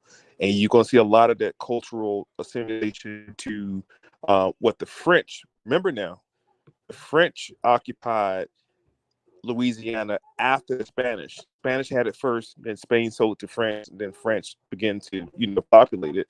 But those individual so-called Negroes in New Orleans, in Mobile area, they come from Haiti or Haiti, and a lot of what they call juju priests out of the Congo were brought placed from the islands of places like Jamaica and Haiti into New Orleans in the French Quarters area, and they continued their practice of what the French call it juju. We call it voodoo, which is a religious practice. That's what you're going to start seeing in New Orleans and Mobile in the southeastern region of the United States mostly. And they had a battle religiously with Catholicism because, like I said before, Catholicism was there prior to the arrival of the French. I yield the floor. Teach. Okay, absolutely. Which is what I was looking for. I'm gonna skip this. All Saints or All Souls Day is what we're seeing these children celebrate on November 1st. Remember, October 31st is the last day of October. This is the next day. In the red box, what is the significance of All Saints Day? Answer, according to Britannica.com, this is Encyclopedia Britannica. All Saints Day, period, All Souls Day, comma, also called All Hallows Day or Hallow Mass. Remember Christmas Eve Christmas, Hallow Eve, Hallow Mass, All Hallows Day or Hallow Mass or Feast of All Saints. In the Christian church, a day commemorating all the saints of the church, both known and unknown, celebrated on November 1st in the Western churches and on the first Sunday after Pentecost in the Eastern churches. All Saints. Well, what is Christmas, Halloween or Halo Eve? It's the day before the holy day. Remember, when you're dealing with Islam, the holy day is Friday. When you're dealing with the Juicies, the holy day is Saturday. When you're dealing with the Christians, the holy day is Sunday. But for the saints known and unknown, the holy day is November 1st. That's what they're celebrating right here. The holy day, November 1st.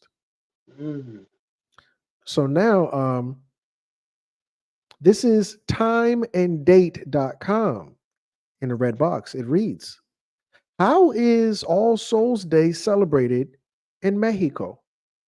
All Souls Day, Los Fieles Difuntos, on November 2nd, and All Saints Day, Dia de Todos los Santos, on November 1st, are bigger than Halloween in Mexico. What are they doing on November 1st in Louisiana? This right here. They jumping like Jordan on November 1st in Mexico. Remember me. It's also called, I'm sorry. No, I was going to add to that is that also in the Gematria, holy is equivalent to Mexicans. Oh, you teacher. Come on. All right, look. Get him to share your screen or have that link on right now. Send that link. I want that link. I want that link. There's no way in this world or the next world that's and let me express myself. When I say crazy, anytime I say, "Oh, that's crazy," what I'm saying is that's out of my mind. Okay, when somebody, man, that dude's out of his mind. That dude is crazy. What I'm saying is it's inconceivable to my brain faculties. So I say that's crazy or that's insane or I'm just like my brain cannot register what you're doing right now with these words. And I'm not questioning the methodology. I just want to get hip to it now because now it's making too much sense. Yeah, well, that's why.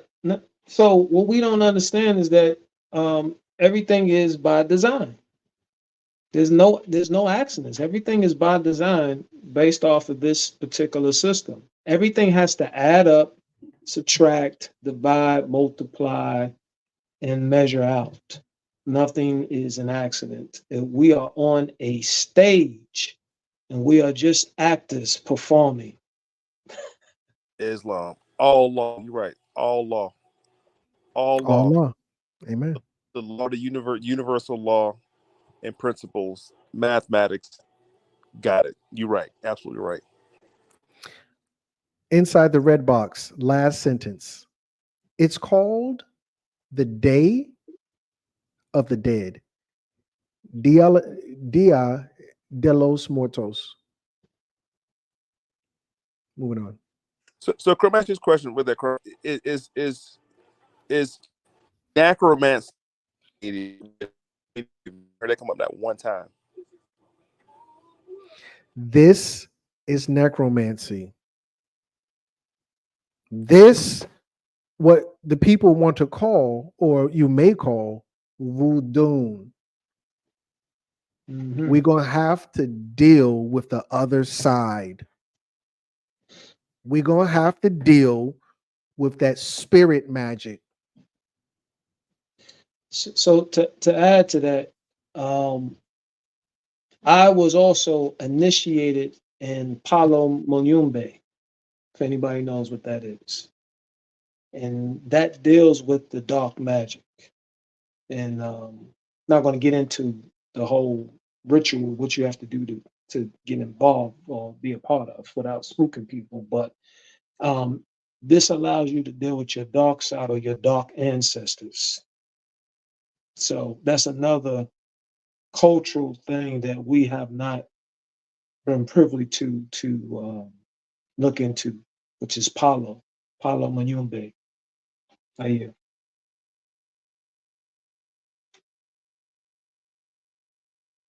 You muted.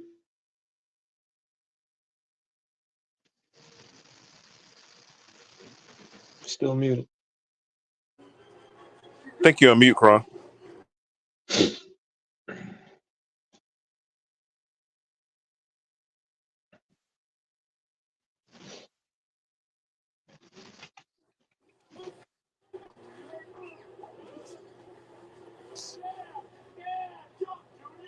Is your mute on, Kron? Now, can you hear me now? Yeah, lead now. There you go. This diagram. Anyway, okay. I wanted to say,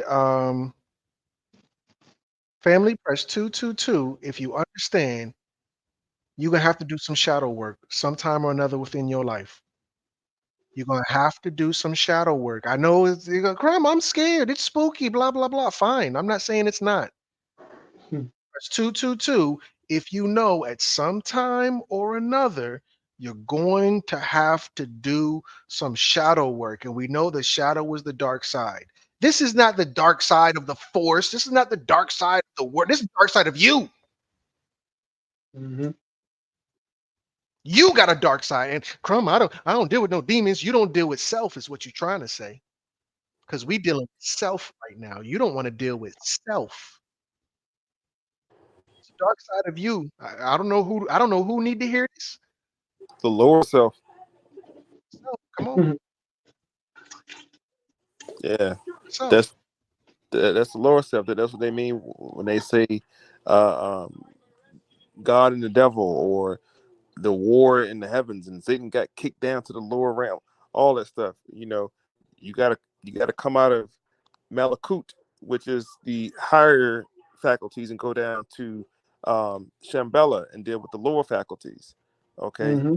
Or what they call, as to go, without going into the Kabbalistic teachings, but you do have to come out of that side, which is ego, represents ego, and deal with the lesser forces of ego, right? Deal with the parts of what encourages the ego, like in the case with your boy the Dittler. The Dittler was conquered by his lower self.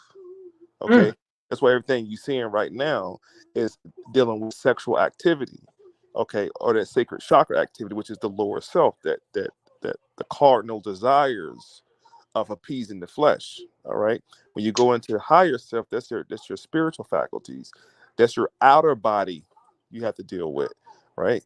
And I won't get too much into what like the fall of man was the flesh, and we have to come out of that spacesuit and deal with the higher faculties, which is the light, which is the spirit self, the spirit man.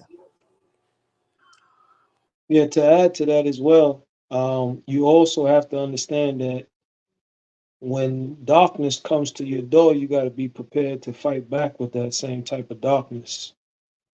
So you got to even out the exchange. Well, I want to deal with darkness because I think I don't want to talk about it from such a remedial standpoint. Not saying you guys are, but I don't want to allow anybody to open the door for that. So I was talking to Skynet as usual, and Skynet said, yes, darkness is light, not perceived by the eye, is a scientifically accurate statement. That's what Skynet said. This ain't, Noble Drew Ali said, listen, Noble Drew Ali said it as well. But Skynet said that as well. Darkness, I'm going to say it one more time for the people in the back, is light. Amen, church? Listen, the minister be making fun of me, and I'm okay with that. What was the movie where he said evil is good, minister? Vampire in Brooklyn. The darkness is the light. That's Eddie Murphy's worst movie, but one of his worst fucking movies. But yeah, with this right here, darkness is light not perceived by the eye. It's a scientifically accurate statement. It means that darkness is essentially the absence of light that our eye cannot detect. So when no light reaches the retina, the brain interprets this as darkness. So let's go to chapter 1. Uh, when you have it, say amen, or turn to your neighbor and look at your neighbor. Okay. I don't have a Bible in front of me, but it goes something like this. In the beginning was the Word, and the Word was, and the Word was God. And it talks about the light that was in darkness, the darkness comprehended it not.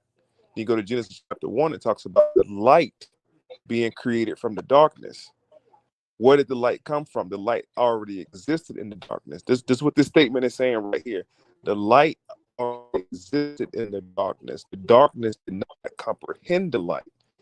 The statement just said your brain does not comprehend the absence of the light, so it perceives it as darkness.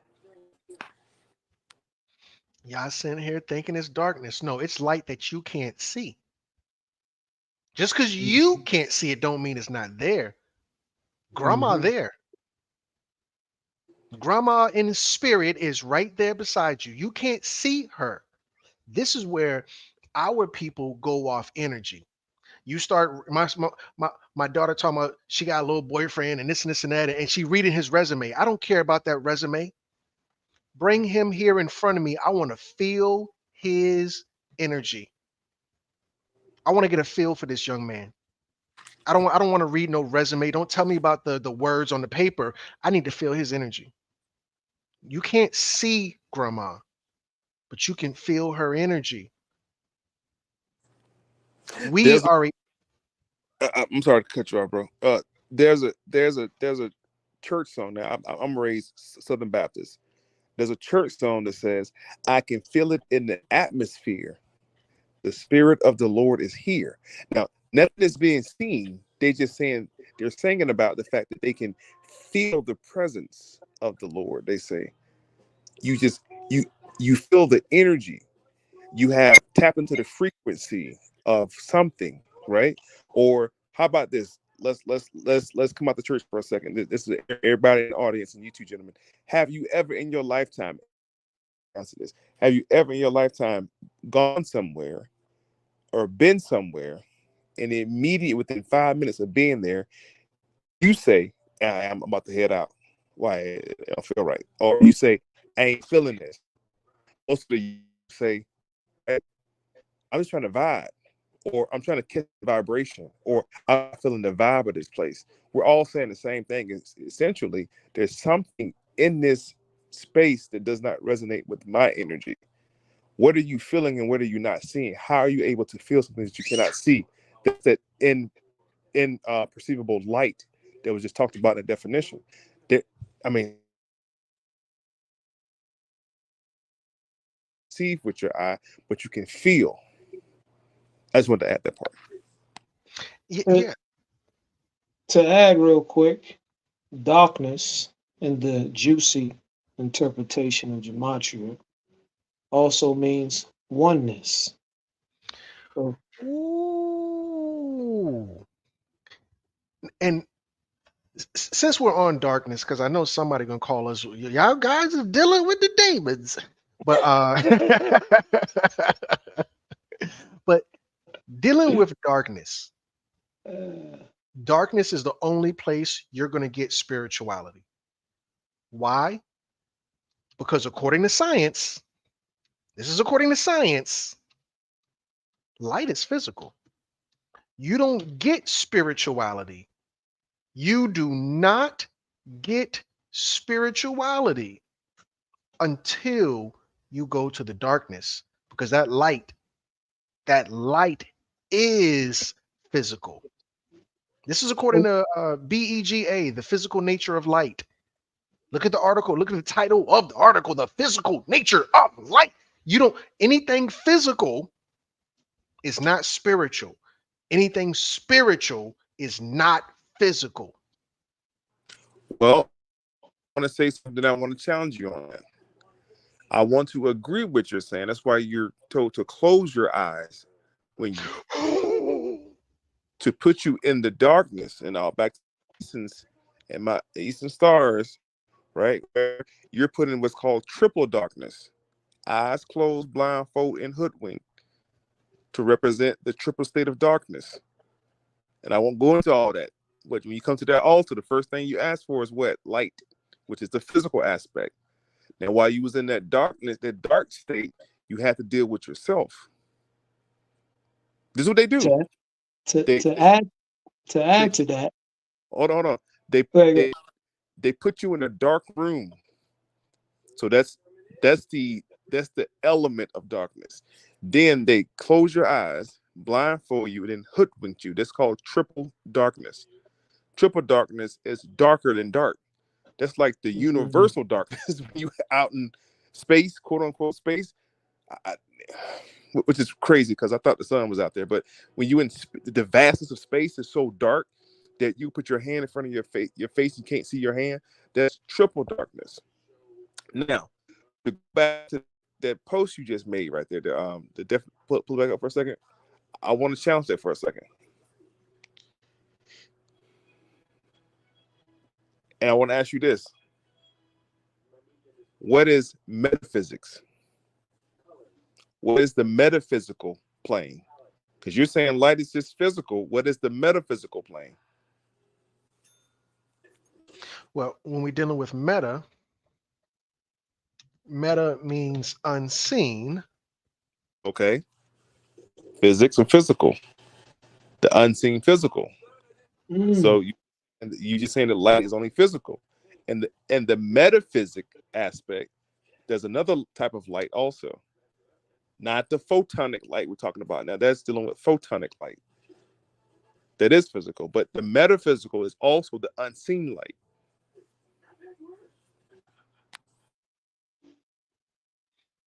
Well, I can add to that, because when we're dealing, I'm glad you said photons. These are atoms. 90% of an atom is empty space. When you're dealing with this atom, 90% of the atom is metaphysical. 90%. You and me, I can only see 10% of you. You can only see 10% of me. 90% of us is the unseen. To add to that, according to darkness in the juicy Gematria, is equivalent to the pineal gland. Teach. Right, because the pineal gland only works. Well, here, let me tap in with the listening audience. The listening audience is on fire right now, from the disciples to the master students. Listening audience, what time within a 24-hour spectrum, what hour is the pineal gland most active? Go.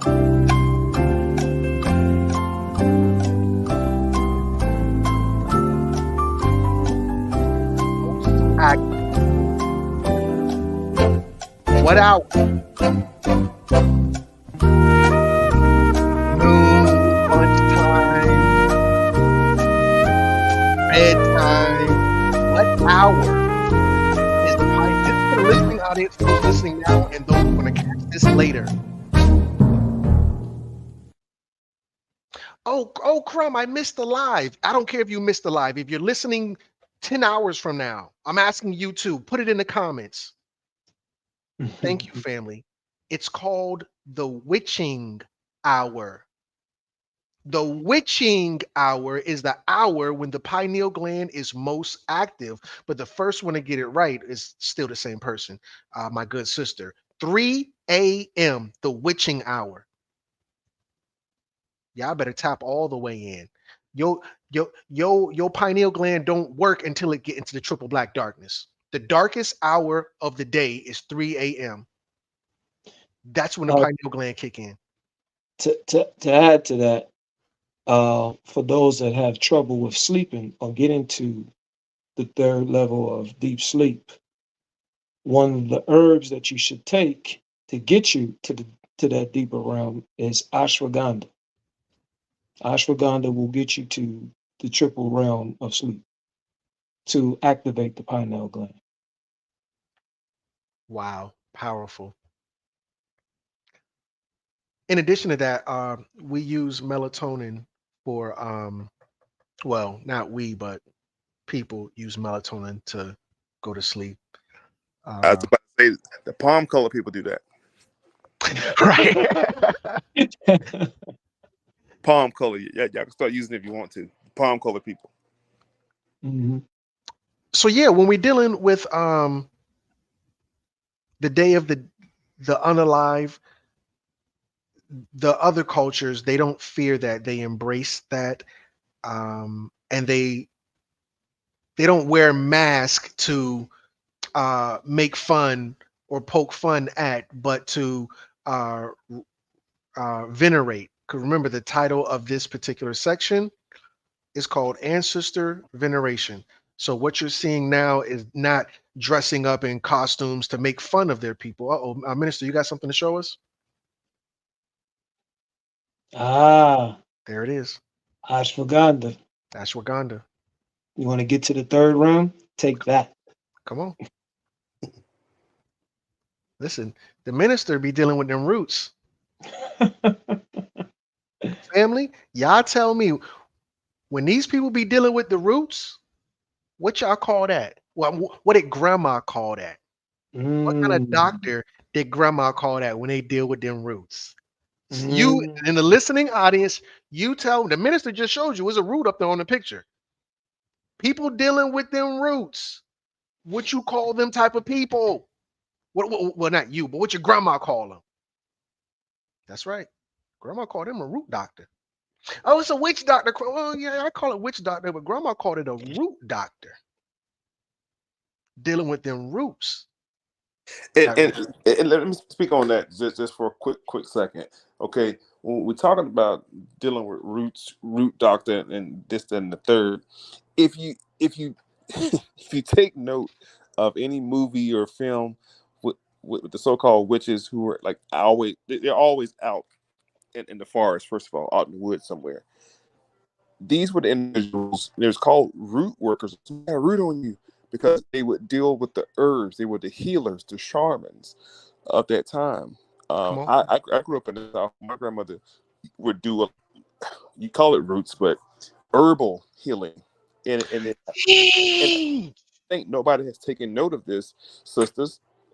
6, 7, 8 years ago, most of the black sisters, you got to stop perming your hair. You start locking your hair. You start to go vegetarian or vegan. You start to go buy all these herbs, and damn near every sister that I know became a herbtologist. You got back pain, take some of this. You got swelling joints, take some turmeric. You got this, get some ginger. Now in 2024, damn near everybody is a herbalist or a witch or a root doctor. So it's all the same thing. Just knowing how herbs and plants are used. Better yet, cited in Genesis chapter 2, God gives us the herbs and the nuts and the berries of the earth for the healing of the nation. Amen. I yield the floor. High priest, did you have anything to add before we continue? So the reason I knew that I was indigenous was because my father told me a story about his grandfather that used tobacco to put in his wound when he got a cut. And I didn't know what the hell that meant.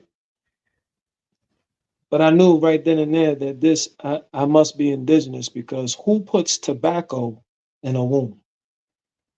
Look that up. Well, I know that here in Georgia, you got a bee sting or a wasp sting. Our grandma would take chewed up tobacco and put it on that sting to heal that wound and to get the stinger out. And that's exactly what it was. It was a bee sting. I failed to say that. You're right.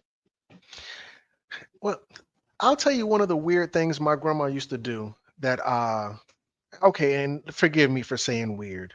It's weird by today's standards. It was totally normal back then. I used to play in the dirt, in the mud specifically. This had to be, you know, knee high to a grasshopper. If anybody knows what I'm talking about, that's how young I was. And I get a little ringworm. Grandma said, put some vinegar on a penny and put it on them. This is back when we was too poor to go to Eckerd's and Walgreens. We ain't had that type of money. She said, put some vinegar on a penny. And the crazy thing about it, stuff from Eckerd's and Walgreens, if you look at any of it, anything, the active ingredient 95% of the time is going to be 1%. That's by law. The active ingredient in anything from Walgreens, anything, go in your bathroom, that the little place behind the mirror. All of those drugs are 1%. Anything over the counter is 1%, most of it. And put that vinegar on a penny, because that 1% stuff, it take a week. Grandma put that vinegar on a penny, wrap it in an ace bandage, gone the next day. The next day. Well, let me tell you something. Y'all was too fancy for us because we got a wingworm. We put it on urine, and it 2 days is gone away. Pick your own urine and put it on the wingworm. It goes away. They not ready for that. We used to use bleach. We used to use bleach. Bleach. Anything that was an ammonia-based product, urine or bleach, vinegar, something with high acidic vinegar, urine, bleach. All those three things work on wingworms. When I was a kid, Grandma told me, and I thought she was lying. I thought she was confused. What is that stuff they would heat the house with back in the day? Kerosene. Kerosene. Did the elders used to give children kerosene? I'm asking Skynet. Grandma said when she was a kid, they gave her a spoonful of kerosene. What? Yeah, that's facts. That's facts. I ain't never heard of that one. Yeah, that's facts. Teach. Stop. You got a spoonful of kerosene. That was, you either do that or you get a teaspoonful of what's it called? It's freaking disgusting. Oil. Now let me confirm this. Not only did my grandma tell me about it, I went to M.O.I house. This had been a decade ago. M.O.I had this big book. I seen it in M.O.I's book. It was a book about folk remedy, or I don't know if he still got it or not. But so it says, this is me talking to Skynet. Y'all know I love talking to Skynet. Kerosene and sugar was a folk remedy to treat a variety of ailments, including flu, coughs, and cuts. Told you. You either took that or you took some cod liver oil or took castor oil, and within a couple of days, you clear as a bell. Now, my grandmother used to take pine straw needles, fresh pine straw needles, and boil them. Add some sugar to it. We drink that. See, what I'm gonna do now is to jog anybody over the age of 40 from the South. I'm gonna jog your memory. You might say pine straw. If you didn't do that, my grandma used to take collard green juice and freeze it, and we used to take a teaspoon of that shit every day. Right? Called pot liquor. Come on. Now, years later, as a culinary scientist, because that's what I am, a culinary scientist, I now understand that was just chloroplast. And chloroplast is just synthesized sunlight. Come on. Eat your vegetables, you be big and strong. Eat that sunlight, you be big and strong. And that's all they're really saying. That's all. And see, that wisdom that we're sharing right now is not around anymore. So then they go to the hospital and doctors and these nurses are practicing medicine. Because they're only practicing medicine. They don't know it. They then send you to write aid to get your medicine. And the word "rite" R-I-T-E, how it's spelled, is the short of ritual. Come on. So what I'm saying is these pharmaceutical companies understand, because what I do know is They send their best and brightest over to Africa to study with the root doctors, and then come back synthetic version for us. And that's why you got to take it for 4, 5, 6, 8, 10 days. And what grandma did, he was never on a regiment more than 2 days. Never. I don't care if you had diarrhea, take some mustard and some flour. Eat it full of mustard and flour. You be good one day. All these old school remedies. All these, we call them old school remedies, but it came from mouth to ear remedies, rituals that were passed down from generation to generation. And now we so spooked out about anything now that we go right to the store and go to a Rite Aid and buy these ritual medicines versus making our own medicine. But like I said 10 minutes ago, some of you sisters are now returning back. Your DNA is coded, and you're being reminded on how to take the ginger and the turmeric, how to take this root with that root, this herb and that herb, and make a concoction. Now you're boiling the elderberries, putting in the fresh honey. Now you're taking the rosemary water. Now you're doing the rose water on your hair. Now you know what I'm saying? Like it's cycling back as a memory from the ancestors. It's called for the sisters who are witches. Shout out to all the witches. It's called an apothecary, and I know that my brother High Priest. Listen, he did grow up in the city. However, a lot of our city family is tapping in. It says Herbology 101 for Brooklyn apothecaries you should visit. Listen, this ain't just for the country folk no more. Our family in the cities up north is tapping in as well. I just want to put that out there. To add to that too, in New York, I used to get all my herbs from a woman that had a herb shop, and they were from Trinidad, and they had the real roots and everything in there. And the way that they prepared it was every time a new moon comes in, and then that's how they would prepare the herbs, and it was potent. So yeah. But to add to that, according to the juicy ritual and the juicy gematria, is equivalent to foundation. So do your rituals so you can have a foundation. Indeed. Shall we continue or should we close it out here? It's totally up to you. I got to hop off in a couple minutes. I'm good, whatever way. Okay. So these, and I'll close it out in a little bit. So these people wearing these skulls, it's called a calavera.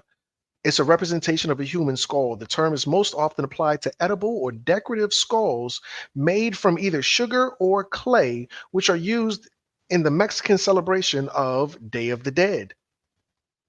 At the bottom, it reads, this is from BBC, All Saints Day is a feast day celebrated on November 1st.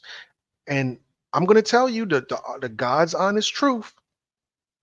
The day after Halloween, November 1st, me, my sister, my cousins, we would all feast. Family, press 444. If after, I can't, brother, I'm not. Yep. You look at the kids, they laid down for the chocolate. They done. Press 444 if on November 1st, your ass had a feast. Damn. To those listening now and those who are going to catch this later, if you had a feast on November 1st, press 4. I remember I went to school. I came home. If my mama ate my candy, I was in that joint tweaking. Don't play with me, man. Oh man, that's when candy was real. I don't know what they got now. I don't know. That's crazy. Yep. That brings back memories. Yep. So I just want to end on that note. When we're dealing with the Day of the Dead, I'm sorry, excuse me. When we're dealing with November 1st, that's the day of the feast. And oh, Crumb, I don't do that Roman Catholic thing. And this family, yes, you do.